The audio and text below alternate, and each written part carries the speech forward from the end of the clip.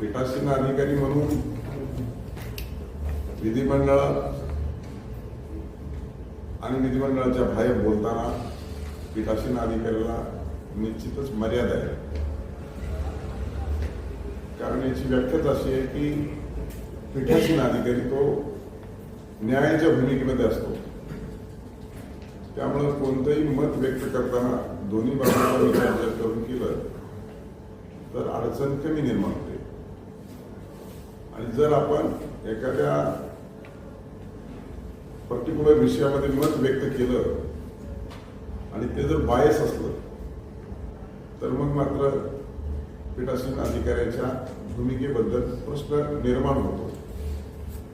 साधारणतः हे पाळलं पाहिजे. नाही पाळल्यानंतर त्याचे रिपरकेशन आणि रुमर्स मर्यादा पाळले पाहिजे बोलताना पीठासीन अधिकारी.